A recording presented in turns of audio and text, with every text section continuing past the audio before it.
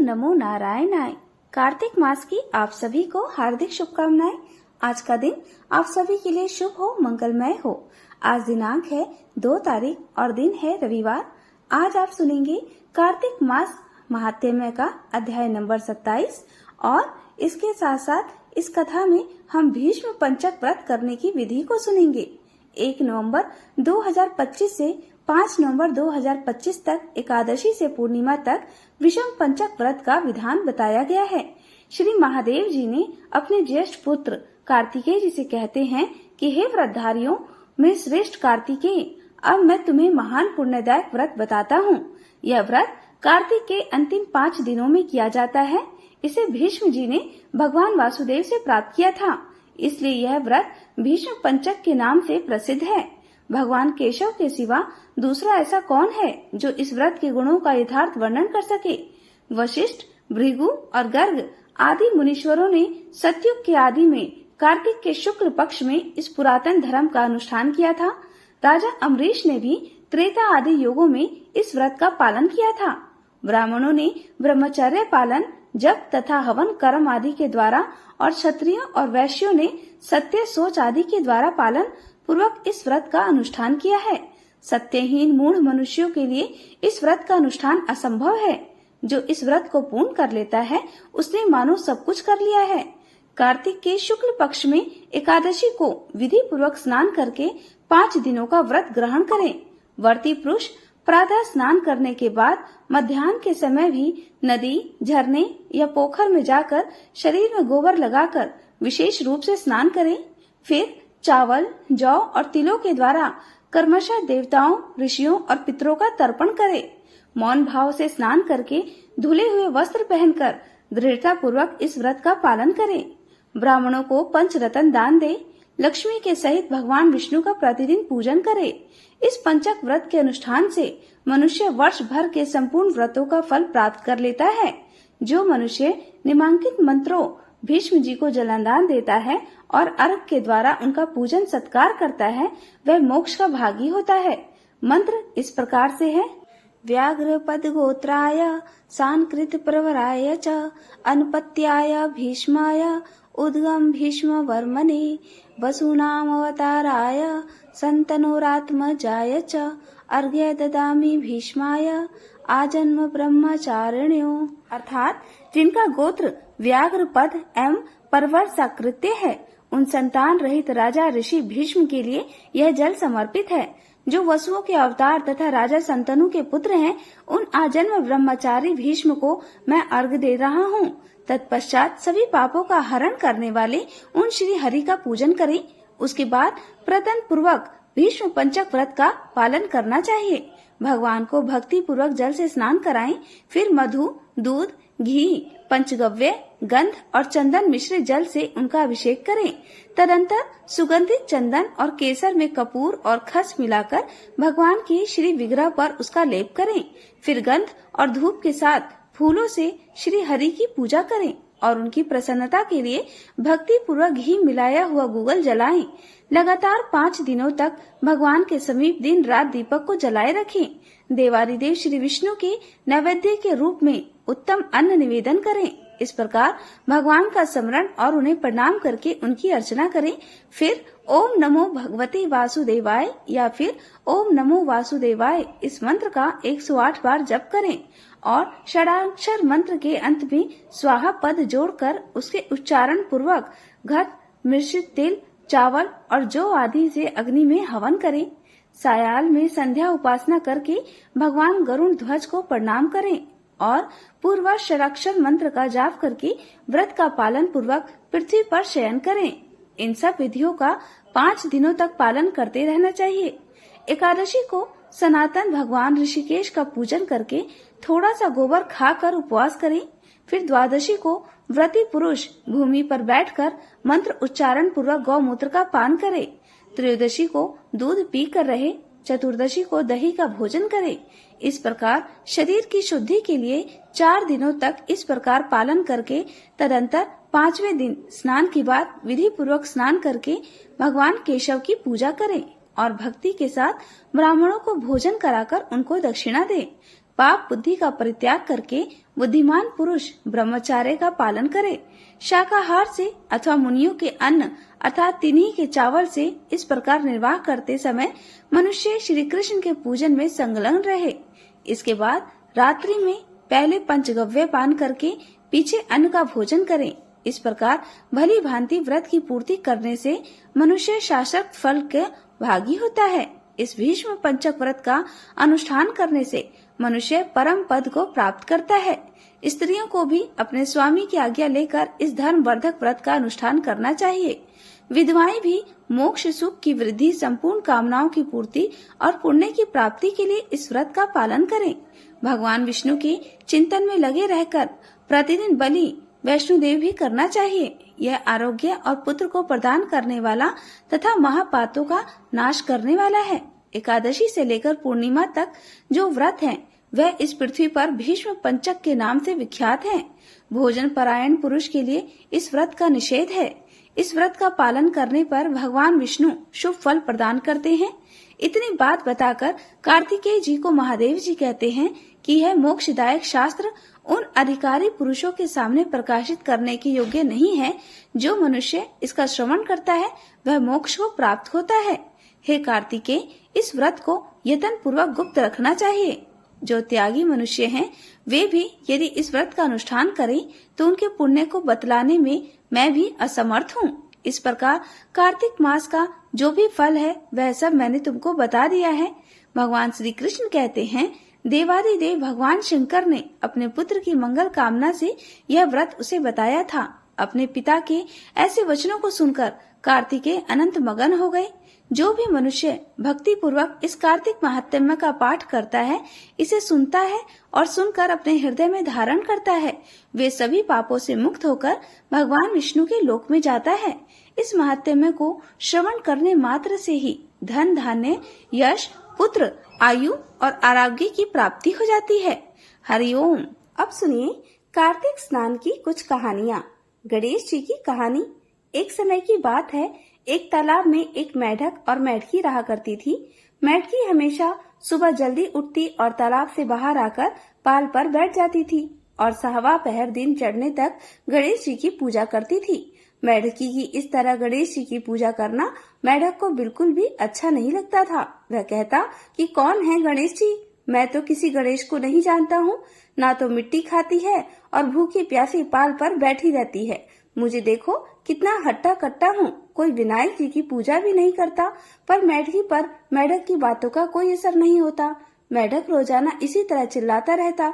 तो यह सुनते सुनते एक दिन गणेश जी भगवान नाराज हो गए और गणेश जी की माया से उसी तालाब पर राजा की एक दासी पानी भरने के लिए आती है और घड़े में जैसे ही पानी भरती है तो मेढक और मेढकी पानी के साथ उस घड़े में चले जाते हैं। तो वह घर ले जाकर उस पानी के घड़े को भट्टी पर चढ़ा देती है और नीचे आग भी जला देती है। तो जैसे ही पानी गर्म होता है तो मेढक तो बुरी तरह से जलने लगता है और जोर जोर से चीखने चिल्लाने लगता है और मेढकी अपने गणेश जी की पूजा करती रहती है। तो वह कहता है कि मेढकी, मैं तो गर्म पानी में जल रहा हूँ और तुम आराम से बैठी हो। तो मेढकी बोली, नहीं, मैं तो बिल्कुल नहीं जल रही, मुझे तो ठंडी ठंडी हवा आ रही है। इस पर मेढक कहने लगा, कैसी बातें कर रही हो? घड़े के अंदर पानी उबल रहा है और तुम कह रही हो कि मुझे तो ठंडी हवा आ रही है।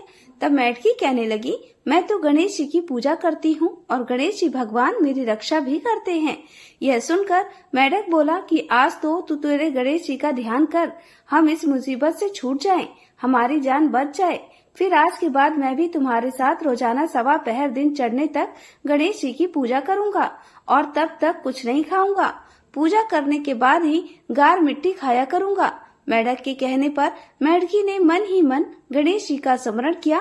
तो गणेश जी की माया से वहाँ दो सांड लड़ते हुए आए और उस मटके से टकरा गए। अब मटका फूट गया और मेढक मेढकी बाहर निकलकर तालाब में पहुँच गए। अब मेढक को गणेश जी की माया समझ में आ गई अब वह भी रोजाना मेढकी के साथ सवा पहर दिन चढ़ने तक तालाब की पाल पर बैठकर गणेश जी भगवान की पूजा और अर्चना किया करता था। हे गणेश जी महाराज, जैसे आपने मेढक मेढकी की रक्षा की, वैसे ही सभी भक्तों की और उनके परिवार की रक्षा करना, सुख समृद्धि प्रदान करना, उनका सुख सौभाग्य बनाए रखना। बोलिए गणेश जी महाराज की जय। अब आपको सुनाते हैं कार्तिक मास में सुनी जाने वाली विष्णु भगवान के परम भक्त एक सेठानी की कहानी। एक समय की बात है, एक नगर में एक सेठ और सेठानी रहा करते थे। उनकी कोई संतान नहीं थी। सेठानी रोजाना भगवान श्री हरि विष्णु जी की पूजा करती थी। सेठ जी को उसका पूजा करना बिल्कुल भी अच्छा नहीं लगता था। वह संतान न होने की वजह से बहुत ही दुखी रहा करती थी। सेठ जी ने कई बार सेठानी को पूजा करने से मना किया, पर सेठानी पर सेठ जी की बातों का कोई असर नहीं होता। एक दिन दोनों में किसी बात को लेकर कहासुनी हो गई और बात बढ़ते बढ़ते इतनी बढ़ गई कि सेठ जी ने सेठानी जी को घर से निकाल दिया। सेठानी घर से निकलकर जंगल की ओर चल पड़ी। चलते चलते शाम हो गई। फिर सेठानी ने देखा कि एक खदान पर 4 आदमी मिट्टी खोद रहे हैं, तो उसने वहां जाकर कहा कि भैया मुझे नौकरी पर रख लो। तो उन्होंने सेठानी को काम पर रख लिया और कहा कि तुम इस मिट्टी को खोद दो। तो सेठानी मिट्टी खोदने लगी।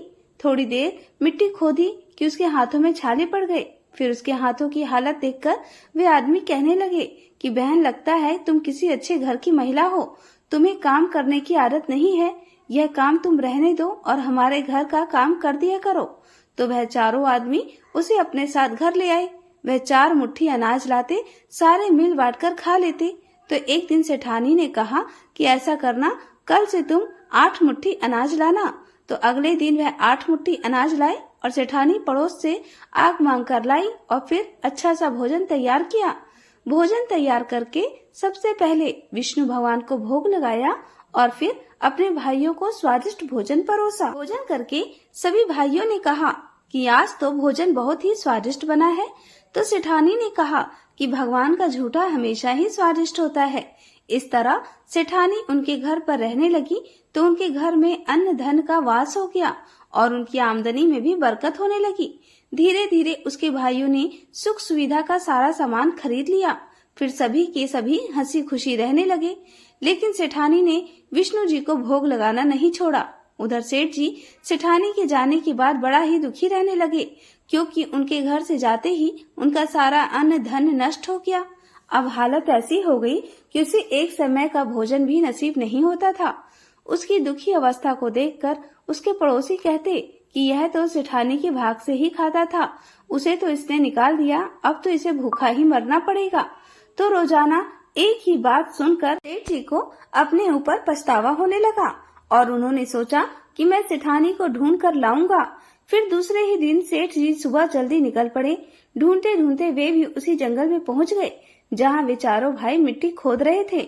सेठ जी ने उन्हें देखा तो कहा, भाई मुझे भी काम पर रख लो। फिर उन चारों भाइयों ने उन्हें काम पर रख लिया, लेकिन मिट्टी खोदने से उसके हाथों में भी छाले पड़ गए। तो उसकी यह हालत देखकर वे बोले कि तुम्हें काम की आदत नहीं है, तुम हमारे साथ चलो और हमारे घर में ही रह लो। तो यह सुनकर सेठ जी उन चारों भाइयों के साथ उनके घर चले गए। घर पहुंचते ही सेठानी तो घूंघट में थी, तो उसने सेठ जी को देखा और पहचान लिया, पर सेठ जी ने सेठानी को नहीं पहचाना। अब सेठानी तो भोजन तैयार कर रही थी। हमेशा की तरह भोजन तैयार किया, फिर भगवान विष्णु जी को भोग लगाया। उसके बाद चारों भाई कहने लगे, बहन आज 5 थालियों में भोजन परोस दो। यह आदमी तुम्हारी तरह हमारे पास काम मांगने के लिए आया था और थोड़ी देर मिट्टी खोदने पर इसके हाथों में भी छाले पड़ गए। लगता है यह भी किसी अमीर घराने का आदमी है। तो सेठानी को तो पता था कि यह कौन है, पर उसने कुछ नहीं कहा। भगवान को भोग लगाने के बाद पहले अपने भाइयों को भोजन परोसा और जैसे ही सेठ जी को भोजन परोसने लगी तो विष्णु भगवान ने उसका हाथ पकड़ लिया। तो उसके सभी भाई कहने लगे कि बहन तुम क्या कर रही हो, इसे भोजन परोस दो, यह भी भूखा होगा। तो उसकी बहन कहने लगी कि भैया मैं कुछ नहीं कर रही, मेरा हाथ तो विष्णु भगवान ने पकड़ लिया है। तो उसके भाई कहने लगे कि हमें भी विष्णु भगवान के दर्शन कराओ। तो उसने भगवान से प्रार्थना की कि हे भगवान, आज आप प्रकट होकर हमें दर्शन दो। आज मेरी परीक्षा है, अगर आज भी आपने मुझे दर्शन नहीं दिए तो मेरी बात को कौन मानेगा। तब सेठानी के दीन वचन सुनकर भगवान श्री हरि विष्णु वहां प्रकट हो गए और सेठ जी से कहने लगे कि तुम्हारी पत्नी सच्ची विष्णु भक्त है, यह हमेशा मेरी पूजा करती है और आपने इसकी पूजा को ढोंग बताकर इसे घर से निकालकर अच्छा नहीं किया। इसी की वजह से आज तुम दर दर की ठोकरें खाते फिर रहे हो। तो यह बात सुनकर उसके चारों भाई और सेठ सेठानी का मुंह ताकने लगे। तब विष्णु भगवान ने कहा कि मैं सेठानी की श्रद्धा भक्ति से बहुत प्रसन्न हूँ और मैं यह आशीर्वाद देता हूँ कि जहाँ भी यह सेठानी रहेगी वहाँ हमेशा अन्न धन के भंडार भरे रहेंगे। साथ ही इसे मैं पुत्र प्राप्ति का वरदान भी देता हूँ। यह कहकर भगवान श्री हरि विष्णु अंतर्ध्यान हो गए।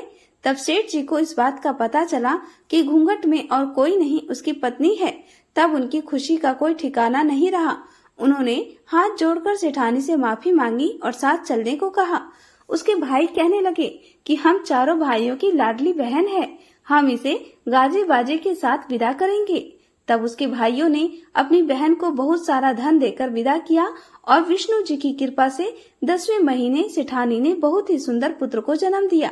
तब विष्णु भगवान के चमत्कार को देखकर सेठ जी भी सेठानी के साथ भगवान श्री हरि विष्णु जी की पूजा करने लगे और फिर अपने जीवन के समस्त सुखों का भोग करते हुए अंत में वैकुंठ धाम को चले गए। हे विष्णु भगवान, जैसा आपने सेठानी को अन्न धन और मान सम्मान पुत्र दिया वैसा सबको देना। जो भी आपकी इस कहानी को सुने सुनाए या हुंकारा भरे उसकी सभी मनोकामनाएं पूर्ण करना। बोलिए विष्णु भगवान की जय। अब सुनिए धरती माता की कहानी। एक समय की बात है, एक गांव में एक औरत अपने बेटा और बेटी के साथ रहा करती थी। उसके बच्चे छोटे छोटे थे, वह बहुत ही गरीब थी। दिहाड़ी मजदूरी करके अपना गुजारा चलाती थी और अपने बच्चों को पालती थी। जब बच्चे धीरे धीरे बड़े होने लगे तो बेटी शादी योग्य हो गई और उसकी बूढ़ी माँ हो चली थी। तो माँ ने एक दिन अपने बेटे को बुलाकर कहा कि बेटा, तुम्हारी बहन बड़ी हो गई है, मेरी सासों का कोई भरोसा नहीं है, इसलिए तुम अच्छा सा घर वर देखकर उसकी शादी कर देना। तो वह बोला कि माँ, अच्छा सा घर और वर कैसे ढूंढूं? तो उसकी माँ ने कहा, बेटा, तुम्हारे जैसा वर देखकर तुम्हारी बहन की शादी कर देना। और उसके बेटे ने कहा, ठीक है माँ, जैसा आपने कहा है मैं वैसा ही करूँगा। कुछ समय के बाद उसकी माँ की मृत्यु हो गई। माँ की मृत्यु से दोनों भाई बहन बहुत ही दुखी हुए, पर भाई को अपनी माँ का दिया हुआ वचन याद आ गया। वह तो गांव गांव घूमने लगा कि मेरी बहन के लिए कोई मुझ जैसा योग्य वर ढूंढूं, पर वह तो सारे घूम घूम कर थक गया। उसे तो कोई भी ऐसा व्यक्ति नहीं मिला जो उस जैसा हो। तो एक दिन उसने बैठे बैठे सोचा कि क्यों ना मेरी बहन से मैं ही शादी कर लेता हूँ। ऐसा सोचकर वो एक दिन बाजार से शादी का सारा सामान खरीद कर ले आया। तो बहन ने कहा कि भैया, आप यह सामान क्यों लाए हैं? तो भाई कहने लगा कि बहन, तेरी शादी है। तो धीरे धीरे यह बात गांव में फैल गई। गांव वाले बड़े बुजुर्ग उससे आकर पूछने लगे कि बेटा, तुमने अपनी बहन की शादी कहाँ तय की है? तुम्हारी माँ नहीं है और ना ही तुम्हारे पिताजी हैं और तुम अभी नादान हो। हमें बताओ, कोई अच्छा योग्य वर ढूंढा है या नहीं? तो वह कहने लगा कि मैं तो सब जगह घूम आया, मुझे तो कोई भी योग्य वर नहीं मिला। माँ ने कहा था कि जो लड़का मुझ जैसा हो उसी के साथ मेरी बहन की शादी करनी है। तो मैंने निश्चय किया है कि मेरी बहन के साथ शादी मैं ही कर लूंगा।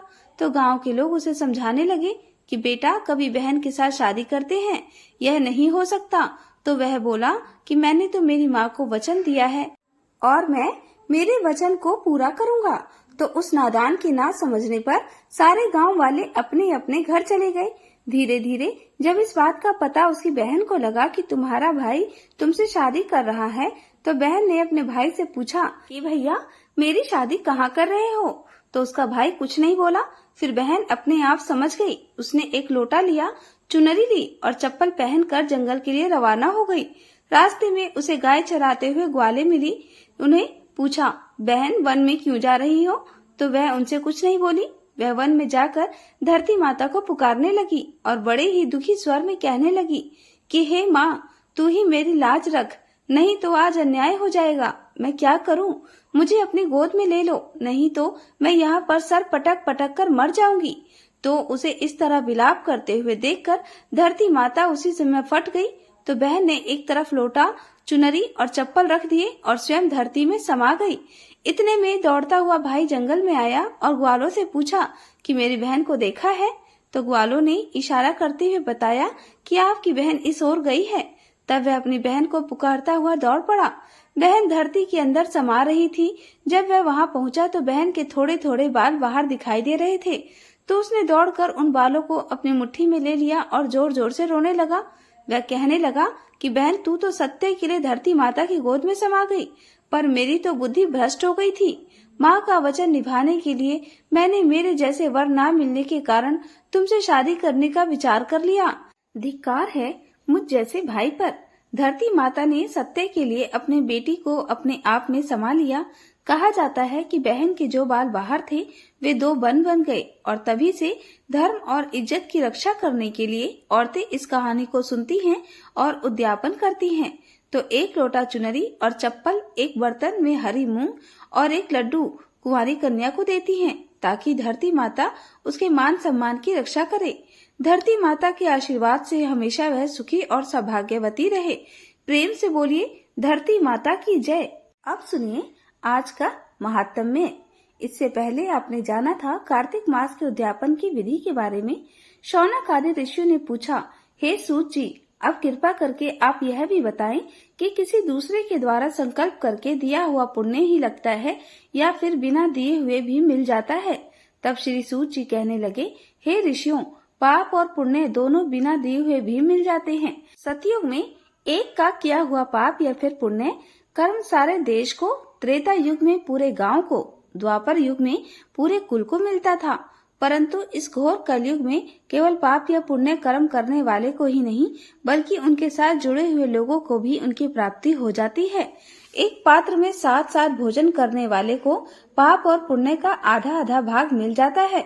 पापी के साथ मिलकर बैठकर भोजन करने वाले को भी उसका पाप लगता है। पुण्य कर्म करने वाले के साथ मिलकर यदि भोजन किया जाए तो उसका पुण्य भी दूसरे को प्राप्त हो जाता है। दूसरे की निंदा करने वाले, सुनने वाले या फिर चिंतन करने वाले को भी बराबर पाप और पुण्य मिलता है। दूसरे का धन चुराकर दान देने वाला भी पाप का भागी हो जाता है। पाप या पुण्य का उपदेश करने वाले को 6ठा अंश प्राप्त होता है। प्रजा का 6ठा अंश राजा को प्राप्त होता है। इसी प्रकार से शिष्य से गुरु, पिता से पुत्र और पत्नी से पति भी 6ठा अंश पाते हैं। चाहे वह पाप हो या पुण्य हो, परंतु पत्नी पति का आधा ही पुण्य पाती है। इस प्रकार बिना दिए हुए भी एक दूसरे को पाप और पुण्य की प्राप्ति होती है। अब इस संबंध में हे ऋषियों एक कठिन पुण्य प्राचीन इतिहास सुनाता हूँ। आप सभी ध्यान पूर्वक सुनो। एक समय उज्जैनी नामक नगरी में धनेश्वर नाम का ब्राह्मण उचित कर्मों से रहित, यानी कि जो कर्म ब्राह्मणों के लिए बताए गए हैं उन कर्मों को करता ही नहीं था। उन सभी पुण्य कर्मों से रहित एक जुआरी, मदिरा पीने वाला वैश्यगामी, रस कमल और खाल बेचने वाला अत्यंत पापी ब्राह्मण रहा करता था। वह सामान खरीदने और बेचने के उद्देश्य से कई नगरों में घूमता फिरता। एक बार महिष्मती नगरी में आया और वहां पर 1 मास तक ठहरा। एक दिन नर्मदा नदी के तट पर उसने जप तप करने वाले ब्राह्मणों का पूजन और शाम को श्री हरि के नाम का दीपदान महोत्सव भी देखा। उसी रात को एक सांप ने उसे डस लिया और तब कुछ मनुष्य उसके मुख में तुलसी दल और नर्मदा नदी का पवित्र जल डाला। इसके पश्चात उसकी मृत्यु हो गई और यमदूत उसे मारते पीटते यमराज के पास ले गए। यमलोक में चित्रगुप्त ने क्रोध भरी दृष्टि से उस पापी की ओर देखते हुए यमराज से कहा, महाराज, यह तो बड़ा पापी है और इसने तो पूरे जीवन में एक भी अच्छा कर्म नहीं किया है। इसे तो कड़ी से कड़ी सजा मिलनी चाहिए। तब यमराज ने आज्ञा दी कि पहले इसे खौलते हुए तेल के कौड़ों में डालो, उसके बाद मुद्दर से मारकर लगाकर कुंभी पाक नरक में डाल देना। परंतु जब उस व्यक्ति को खौलते हुए तेल में डाला गया तब तेल एकदम शीतल हो गया। खौलता हुआ तेल एकदम ठंडा हो जाने की बात जब यमराज ने सुनी तो वे आश्चर्यचकित हो गए। ठीक उसी समय देवर्षि नारद यमराज की सभा में उपस्थित हुए। तब यमराज जी के पूछने पर देवर्षि नारद जी कहने लगे कि धनेश्वर, महापापी होने पर भी कार्तिक मास का व्रत करने वालों के सत्संग प्रभाव से पुण्यात्मा हो गया है। मृत्यु के समय नर्मदा नदी का पवित्र जल और तुलसी दल इसके मुख में डाले गए थे और श्री हरि का नाम भी इसके कानों में पड़ा। बस इसी कारण इसके सारे पाप नष्ट हो गए। यमराज जी को इतना बताकर देवर्षि नारद वहां से ब्रह्मलोक को चले गए।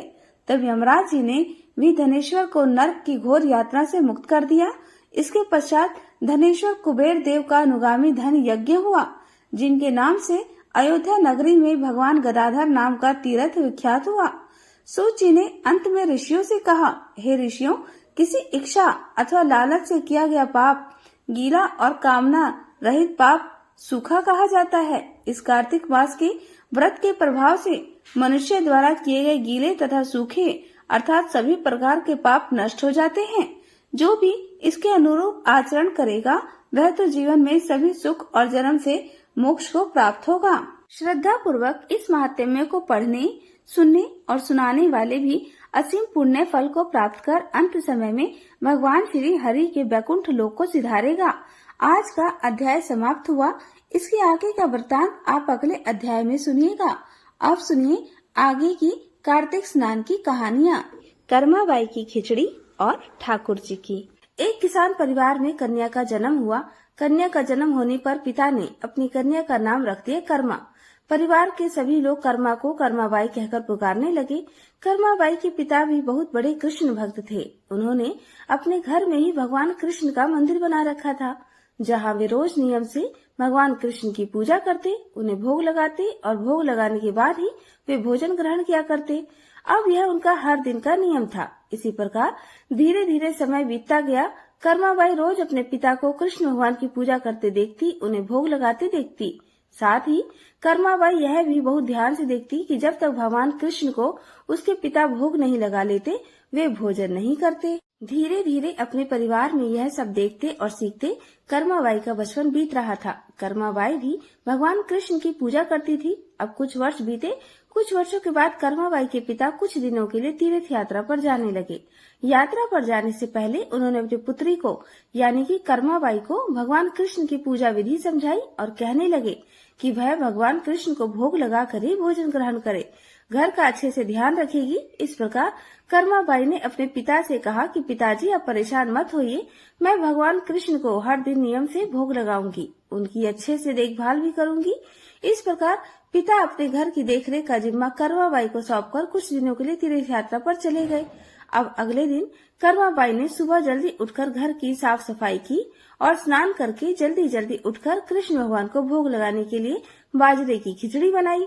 अब जब कर्माबाई ने खिचड़ी की थाली में डाला, उसमें घी और गुड़ मिलाया और कृष्ण भगवान को भोग लगाने के लिए खिचड़ी की थाली भगवान के सामने रख दी। तब हाथ जोड़कर उसने कहा, भगवान आपको जब भी भूख लगे तब आप ये खिचड़ी खा लेना, मैं तब तक घर के दूसरे काम कर लेती हूँ। ऐसा कहकर कर्माबाई अपने काम में लग गई। थोड़ी देर के बाद आकर उसने देखा थाली तो ऐसी की ऐसी रखी थी, भगवान ने तो भोग लगाया ही नहीं। कर्माबाई ने सोचा चलो कोई बात नहीं, शायद अभी भगवान जी को भूख नहीं लगी हो, कुछ देर बाद जब भूख लगेगी तो खुद ही खा लेंगे। ऐसा सोचकर कर्माबाई फिर से अपने काम में लग गई। अब वह बीच बीच में बार बार देखती रहती कि भगवान ने भोग लगाया या नहीं, भगवान ने भोग लगाया या नहीं। लेकिन खिचड़ी की थाली में से तो भगवान ने एक दाने का भी भोग नहीं लगाया। अब जब भोग नहीं लगाया तो खिचड़ी की थाली ऐसी पड़ी रही। इधर दोपहर का समय हो गया। अब कर्माबाई को चिंता होने लगी कि भगवान ने आज भोग क्यों नहीं लगाया, क्या खिचड़ी अच्छी नहीं बनी या उसमें घी और गुड़ की कमी रह गई। ऐसा सोचकर कर्माबाई ने रसोई घर में से थोड़ा सा घी और गुड़ निकाला, उसे खिचड़ी में मिला दिया। अब थाली लेकर भगवान के सामने वह खुद बैठ गई और भगवान कृष्ण से भोग लगाने के लिए विनती करने लगी। लेकिन भगवान जी थे कि भोग लगाने के लिए तैयार ही नहीं थे। कर्माबाई ने भी सुबह से अब तक भोजन नहीं किया था, क्योंकि वह अपने बचपन से ही देखती आई थी कि उसके पिताजी तब तक भोजन नहीं ग्रहण करते जब तक कि वह भगवान का भोग न लगा ले। तब कर्माबाई ने भगवान से कहा कि भगवान अब तो आप भोग लगा लीजिए, मैंने आपकी पूजा की और आपके भोग की जिम्मेदारी पिताजी मुझे देकर गए हैं। अगर आप पिताजी का इंतजार कर रहे हैं तब तो आपको आज के दिन भूखा ही रहना पड़ेगा, क्योंकि पिताजी तो तीर्थ यात्रा पर गए हैं, बहुत दिनों के बाद वापस आएंगे। इसलिए हे कृष्ण भगवान आप भोग लगा लीजिए, नहीं तो मुझे भी भूखा रहना पड़ेगा, क्योंकि पिताजी तो तीर्थ यात्रा पर गए हैं और कुछ दिनों के बाद ही वापस आएंगे। तब तक आपको मेरे हाथ से बना हुआ भोजन ही करना पड़ेगा। भगवान जी मुझे अच्छे से व्यंजन बनाने नहीं आते, न ही मैं स्वादिष्ट भोजन बना पाती हूँ। ना ही मुझे विधि विधान से पूजा पाठ करना आता है। मुझे तो बस ये बाजरे की खिचड़ी और रूखी सूखी सब्जी रोटी बनानी आती है। आपको तो भगवान जी बस इसी से गुजारा करना पड़ेगा। और खिचड़ी की थाली की तरफ इशारा करते हुए कर्माबाई भगवान कृष्ण से हाथ जोड़कर कहने लगी, हे भगवान, अब तो आपको मैंने इस खिचड़ी में और ज्यादा घी और गुड़ डालकर दे दिया है, अब तो भोग लगा लीजिए। इस प्रकार कर्माबाई बार बार भगवान से भोग लगाने की विनती करने लगी, लेकिन भगवान जी ने फिर भी भोग नहीं लगाया। समय बीतता जा रहा था। कर्माबाई को भगवान की चिंता थी। तब कर्माबाई ने भगवान से कहा, ठीक है भगवान, जब तक आप भोग नहीं लगाएंगे मैं कुछ नहीं खाऊंगी। अब आप भूखे रहिए और मैं भी भूखी रहूंगी। ऐसा कहकर कर्माबाई भगवान से नाराज होकर बैठ गई। दोपहर बीती, शाम होने को आई, लेकिन भगवान की तरह कर्माबाई ने भी कुछ नहीं खाया। कर्माबाई भूखी प्यासी बैठी रही। आखिरकार कर्माबाई की जिद देखकर भगवान की मूर्ति से आवाज आई, अरे कर्माबाई, तुमने तो पर्दा किया ही नहीं, मैं ऐसे कैसे भोग लगा लूं? यह बात सुनकर कर्माबाई ने तुरंत अपनी चुनरी का पर्दा कर दिया। फिर उसी की छाया में भगवान कृष्ण ने बाजरे की खिचड़ी का भोग लगा लिया और देखते ही देखते पूरी थाली खाली हो गई। यह देखकर कर्माबाई भगवान से कहने लगी, हे प्रभु, बस इतनी सी बात थी तो पहले ही बता देते। सारा दिन खुद भी भूखे रहे और मुझे भी भूखा रखा। इसके बाद भगवान को भोग लगाकर कर्माबाई ने भी भोजन ग्रहण किया। अब कर्माबाई का रोज का यह नियम बन गया। कर्माबाई रोज सुबह जल्दी उठकर सबसे पहले भगवान के लिए भोज बनाती और भोग की थाली भगवान के सामने रखकर पर्दा लगाकर बैठ जाती और थोड़ी देर बाद देखती तो थाली पूरी की पूरी खाली मिलती। यह देखकर कर्मा बहुत खुश हो जाती और खुशी खुशी करके बाकी काम निपटाने लगती। कर्माबाई का यह विश्वास था कि भगवान को सुबह जल्दी ही भूख लग जाती है, इसलिए तो वह सुबह सवेरे जल्दी उठकर बाकी काम करे बिना सबसे पहले भगवान के लिए भोजन बनाती और बड़े प्रेम से भगवान को भोजन खिलाती थी। और जब भगवान भोजन कर लेते तब निश्चिंत होकर स्नान आदि का काम करती और घर के दूसरे बाकी काम करती। अब यही कर्म कई दिनों तक चलता रहा। कुछ दिनों के बाद कर्माबाई के पिता तीर्थ यात्रा पूरी करके घर वापस लौट आए। पिता के वापस आने पर कर्माबाई ने उन्हें बताया कि पहले दिन जब उसने भगवान कृष्ण को भोग लगाया था तो कैसे भगवान ने उसे पूरे दिन नखरे दिखाए थे। सारा दिन खुद भी भूखे रहे और मुझे भी भूखा रखा। तब शाम को जाकर कहीं उन्होंने खिचड़ी खाई। अब तो भगवान कृष्ण सुबह सवेरे जल्दी भोग लगा लेते हैं और देखते ही देखते पूरी थाली भी साफ कर देते हैं। यह बात सुनकर कर्माबाई के पिता हैरान रह गए और कृष्ण भक्त पिता को अपनी पुत्री की सरल प्रेम भक्ति और भगवान श्री कृष्ण की कृपा को समझते बिल्कुल देर नहीं लगी। अब कर्मा के पिताजी सोचने लगे कि जिस भगवान को प्राप्त करने की इच्छा से वे तीर्थ यात्रा करने गए थे, वह भगवान तो साक्षात उनके घर में ही विराजमान है और उन्हीं की पुत्री के हाथों से रोज भोग भी लगाते हैं। मन में ऐसा सोचकर वे कर्माबाई को अपनी पुत्री के रूप में प्राप्त करके अपने बाप को धन्य समझने लगे। उन्होंने कर्माबाई से कहा, बेटी, आज से तुम ही भगवान की सेवा करना और रोज भगवान को अपने हाथों से ही भोग लगाना। पिताजी की बात सुनकर कर्माबाई बहुत खुश हो गई और रोज इसी प्रकार से सुबह जल्दी उठकर बहुत प्रेम भाव से भगवान कृष्ण को भोग लगाने लगी। इस प्रकार यह उसका रोज का नियम बन गया। अब कुछ वर्षों के बाद कर्मा जी के पिता की मृत्यु हो गई। अब कर्मा अपने घर में अकेली रह गई, इसलिए कर्मा का घर में बिल्कुल मन नहीं लगता था। फिर एक दिन कर्मा ने अपने घर से कुछ जरूरी कपड़े लिए और भगवान कृष्ण की मूर्ति लेकर अपने गांव को छोड़कर तीर्थ यात्रा पर निकल पड़ी। तीर्थ यात्रा पर अलग अलग तीर्थों के दर्शन करते करते कर्माबाई उड़ीसा के जगन्नाथपुरी पहुंच गई और जगन्नाथपुरी में ही कर्माबाई ने निवास करने का निश्चय कर लिया। जगन्नाथपुरी में ही कर्माबाई ने छोटी सी कुटिया बना ली और उसी में रहने लगी। अब कर्माबाई रोज सवेरे अपने नियम के अनुसार जल्दी उठकर भगवान श्री कृष्ण के लिए बड़े प्रेम से खिचड़ी बनाती और भगवान की थाली में भोग लगाती। कुछ देर में भगवान खिचड़ी खा लेते। जब थाली साफ हो जाती तब कहीं जाकर कर्माबाई अपने सारे बाकी के काम करती, तब स्नान करती और बाकी कामों में लग जाती। इस प्रकार यह कर्म निरंतर चलता रहा। कई वर्षों तक यही कर्म चलता रहा। एक दिन कर्माबाई के भगवान श्री कृष्ण को भोग लगाने के बाद एक छोटा सा बालक उनके पास आया और उनसे कहने लगा, माँ जी, मुझे बहुत भूख लगी है, कुछ खाने को मिलेगा? कर्माबाई कहने लगी, हाँ बेटा, बिल्कुल, मैंने अभी अभी तो खिचड़ी बनाई है, आजा बैठ जा, तू भी खिचड़ी खा ले। ऐसा कहकर कर्माबाई बड़े प्रेम से उस बालक के लिए एक थाली में खिचड़ी परोस कर ले आई और बड़े प्रेम से उसे खिचड़ी खिलाने लगी।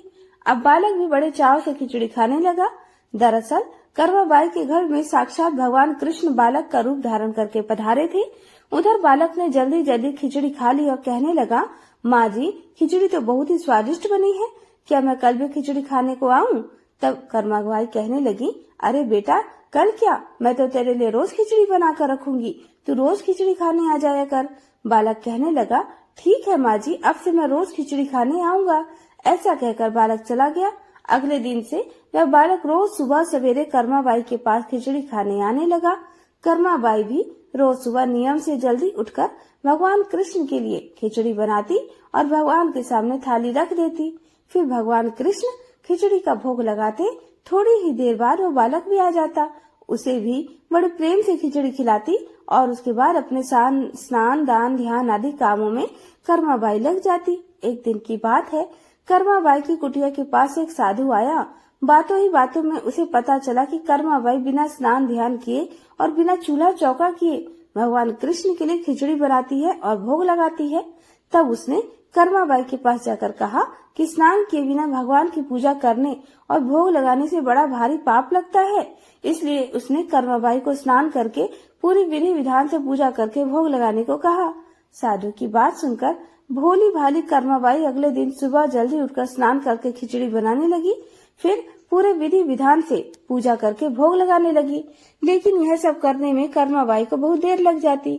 अब वो बालक तो रोज सुबह अपने समय से आ जाता और कर्मा से कहता, माँ जी, मुझे भूख लगी है, जल्दी से खिचड़ी तो दे दो, माँ जल्दी करो और जल्दी।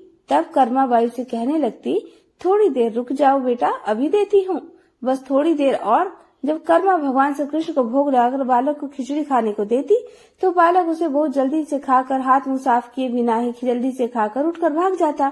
अब कुछ दिनों तक यही क्रम चलता रहा और इन्हीं दिनों में भगवान श्री जगन्नाथ के मंदिर में सुबह के समय मूर्ति के मुख पर खिचड़ी लगी हुई मिलती। यह देखकर मंदिर में सेवा करने वाले पुजारी, जो स्वयं बहुत बड़े कृष्ण भक्त थे, वे सोचते, आजकल यह भगवान के मुख पर खिचड़ी कैसे लग जाती है, हम तो कभी खिचड़ी का भोग ही नहीं लगाते, फिर यह खिचड़ी आती कहाँ से है। फिर कुछ दिनों बाद लगातार भगवान के मुख पर लगी खिचड़ी को देखने के बाद पुजारी जी इसे भगवान की लीला मानते हैं और समझ जाते हैं कि भगवान रोज कहीं से खिचड़ी खाकर आते हैं। भगवान की लीला को समझकर वह मन ही मन भगवान से पूछते हैं कि हे प्रभु, कहाँ से खिचड़ी खाकर आते हो, जरा हमें भी तो बताओ। फिर उसी रात भगवान ने पुजारी को सपने में दर्शन दिए और कहने लगे, मेरी एक भक्त है कर्माबाई, जो जगन्नाथपुरी में ही रहती है। वह रोज सुबह सवेरे मेरे लिए बाजरे की खिचड़ी बनाती और बड़े प्रेम से मुझे भोग लगाती है और मैं भी रोज सवेरे सवेरे जल्दी जल्दी कर्माबाई के पास खिचड़ी खाने पहुंच जाता हूँ। मुझे उसके हाथ की बनी खिचड़ी बहुत पसंद है। परंतु कुछ दिन पहले कर्माबाई के पास एक साधु आया था और उसे स्नान ध्यान करके विधि विधान से पूजा करके भोग लगाने को कह गया। इसलिए आजकल कर्माबाई विधि विधान से पूजा करने के बाद ही भोग लगाती है और उसके बाद मुझे खिचड़ी मिलती है। लेकिन यह सब काम करने में उसे बहुत देर हो जाती है और तब तक मुझे खिचड़ी खाने का इंतजार करना पड़ता है और भूख भी बर्दाश्त करनी पड़ती है। और अब जब तक मैं कर्माबाई के घर में खिचड़ी खाता हूँ, तब तक यहाँ मंदिर में भक्त जन आने लगते हैं। इसलिए आजकल मुझे खिचड़ी खाकर मुंह हाथ धोए बिना ही झूठे मुंह भाग कर आना पड़ता है। स्वप्न में दर्शन पाकर पुजारी ने अगले दिन उस साधु की खोज कराई और साधु को बुलाकर उसे सारी बात बता दी। पुजारी से यह सब बातें जानकर वह साधु घबराने लगा। घबराता हुआ कर्माबाई के पास जा पहुंचा और कहने लगा, आप पहले की तरह ही सुबह सवेरे जल्दी उठकर भगवान को खिचड़ी का भोग लगाया करो। आपके लिए कोई भी नियम या विधान की जरूरत नहीं है। साधु की बातें मानकर कर्माबाई अब पहले की तरह बिना स्नान ध्यान किए भगवान के लिए भोजन बनाती और फिर उन्हें भोजन कराती। तब तक वह नन्हा बालक भी उनके पास खिचड़ी खाने पहुंच जाया करता। इस तरह से यह क्रम लगातार चलता रहा और एक दिन कर्माबाई संसार को छोड़कर प्रभु के धाम में चली गई। कहते हैं, जब कर्माबाई की मृत्यु हुई तब जगन्नाथपुरी के मंदिर में भगवान के श्री विग्रह के नैनों से अश्रु निकल रहे थे। यह देखकर मंदिर के सभी पुजारी और जगन्नाथपुरी के राजा भी मंदिर में उपस्थित हो गए और प्रभु से विनती करने लगे, हे प्रभु, क्या हमसे कोई भूल या अपराध हो गई है जिसके कारण जगत के पालनहार की आंखों से आंसू निकल रहे हैं।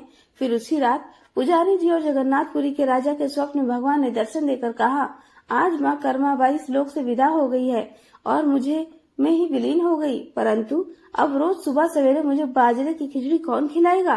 फिर अगले दिन जगन्नाथपुरी के राजा ने मंदिर के सभी पुजारियों और संतों से राय ली और यह आदेश जारी कर दिया कि आज से भगवान को सुबह सवेरे सबसे पहले माँ कर्माबाई के नाम से खिचड़ी का भोग लगाया जाएगा, जिससे भगवान को कभी भी माँ कर्माबाई की कमी महसूस न हो। कहा जाता है आज भी भगवान जी श्री जगन्नाथ जी के मंदिर में श्री जगन्नाथ जी के विग्रह को 56 भोग से पहले बाल रूपे खिचड़ी का भोग लगाया जाता है और इसे बाल भोग कहा जाता है। सभी प्रेम से बोलिए कर्माबाई की जय।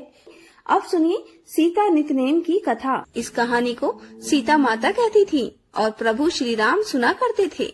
एक दिन श्री राम भगवान को किसी काम के लिए बाहर जाना पड़ा तो सीता माता कहने लगी, भगवान मेरा तो 12 वर्ष का नितनेम है, अब आप बाहर जाएंगे तो मैं अपनी कहानी किसे सुनाऊंगी। तब श्री राम ने कहा कि सीते आप कुएं की पाल पर बैठ जाना और वहाँ जो भी औरतें पानी भरने आएंगी उन्हें अपनी कहानी सुना दिया करना। सीता माता कुएं की पाल पर जाकर बैठ गई। तभी एक स्त्री आई, उसने रेशम की जरी की साड़ी पहन रखी थी और सोने का घड़ा ले रखा था। सीता माता उसे देखकर कहने लगी, बहन मेरा 12 वर्ष का नितनेम सुन लो। फिर वह स्त्री बोली कि मैं तुम्हारा नितनेम सुनूंगी तो मुझे तो घर जाने में देर हो जाएगी और मेरी सास मुझसे झगड़ा करेगी, इसलिए उसने कहानी नहीं सुनी और अपने घर चली गई। लेकिन उसके घर जाते ही उसकी रेशम जरी की साड़ी फट गई, सोने का घड़ा मिट्टी के घड़े में बदल गया। सासू ने देखा तो पूछा, अरे बहू ये किसका दोष अपने सिर लेकर आ गई है। बहू बोली, माँ जी कुएं पर एक औरत बैठी थी, उसने अपनी कहानी सुनने के लिए कहा लेकिन मैंने नहीं सुनी, शायद उसी का यह फल मुझे मिला है। बहू की बात सुनकर अगले दिन वही साड़ी और वही घड़ा लेकर सास कुएं की पाल पर गई। सास को वहीं पर सीता माता बैठी मिली तो माता सीता ने कहा, बहन मेरी कहानी सुन लीजिए। सासू बोली, एक बार छोड़, मैं तो 4 बार कहानी सुन लूंगी।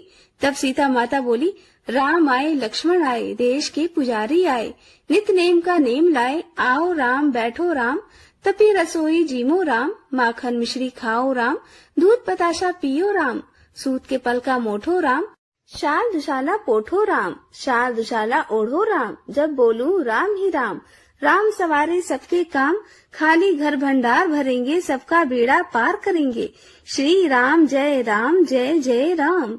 सासू बोली, बहन कहानी तो बहुत अच्छी लगी। फिर कहानी सुनकर सासू घर चली गई और उसकी साड़ी फिर से रेशम जरी की बन गई, मिट्टी का घड़ा भी फिर से वापस सोने के घड़े में बदल गया।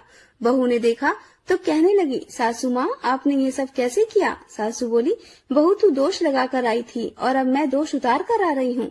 बहू ने पूछा कि माँ जी वह कुएं वाली स्त्री कौन है। सासू ने बताया कि वह तो सीता माता थी, वह पुराने से नया कर देती हैं, खाली घर में भंडार भर देती हैं, वह लक्ष्मी का वास घर में कर देती हैं और मनुष्य की जो भी इच्छा हो उसे पूर्ण कर देती हैं। बहू बोली, माँ जी फिर तो ऐसी कहानी मुझे भी सुना दो। सास बोली कि ठीक है तुम भी सुनो। फिर सास ने कहानी शुरू की, राम आए लक्ष्मण आए, देश के पुजारी आए, नित नेम का नेम लाए, आओ राम बैठो राम, तपी रसोई जीमो राम, माखन मिश्री खाओ राम, दूध बताशा पियो राम, सूत के पल का मोठो राम, शाल दुशाला पोठो राम, शाल दुशाला ओढ़ो राम, जब बोलू राम ही राम, राम सवारे सबके काम, खाली घर भंडार भरेंगे, सबका बेड़ा पार करेंगे, बोलो श्री राम जय राम। कहानी सुनकर बहू बोली, माँ जी कहानी तो बहुत अच्छी है। सासू ने कहा, ठीक है अब से हम इस कहानी को रोज किया करेंगे। अब सास बहू रोज सवेरे उठती, नहाती धोती और पूजा करने के बाद नित्य नेम की सीता माता की कहानी कहती थी।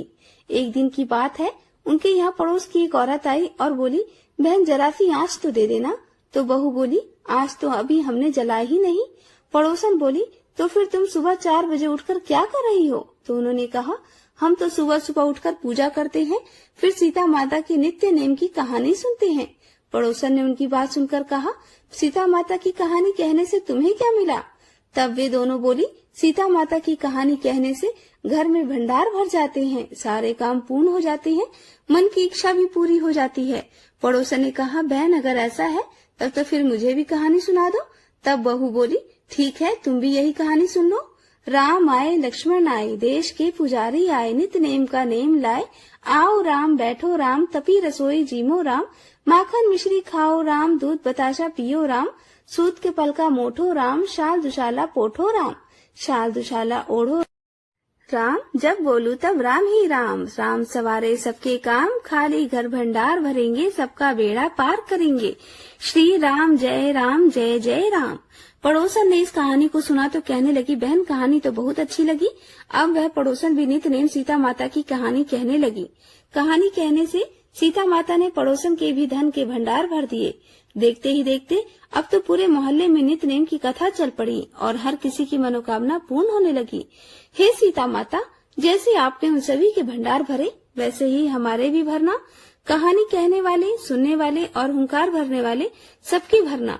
सभी प्रेम से बोलिए सीता मैया की जय।